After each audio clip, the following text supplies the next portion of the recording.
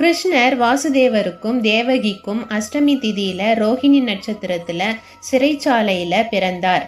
அதன் பிறகு அஷ்டமி திதி ஒரு நாளைக்கும் ரோஹிணி நட்சத்திரம் மறுநாளைக்கும் வருகிறது. இரண்டும் ஒன்றாக சேர்ந்து வருவது அரிது. ஒரு சில நாழிகைகளே அது நமக்கு கிடைக்கிறது. அதனால வீட்டில் நாம கொண்டாடும் போது அஷ்டமி திதியிலையும் கோயில்களில் கொண்டாடும் போது ரோஹிணி நட்சத்திர தினத்தன்றும் கிருஷ்ணர் பிறந்த நாளை கொண்டாடுகிறோம். வீட்டில் அஷ்டமியில கொண்டாடுறப்ப கோகுலாஷ்டமி அப்படின்னும் கோயில்களில் ரோஹிணி நட்சத்திரத்துல கிருஷ்ணர் ஜெயந்தின்னும் கொண்டாடுகிறார்கள்.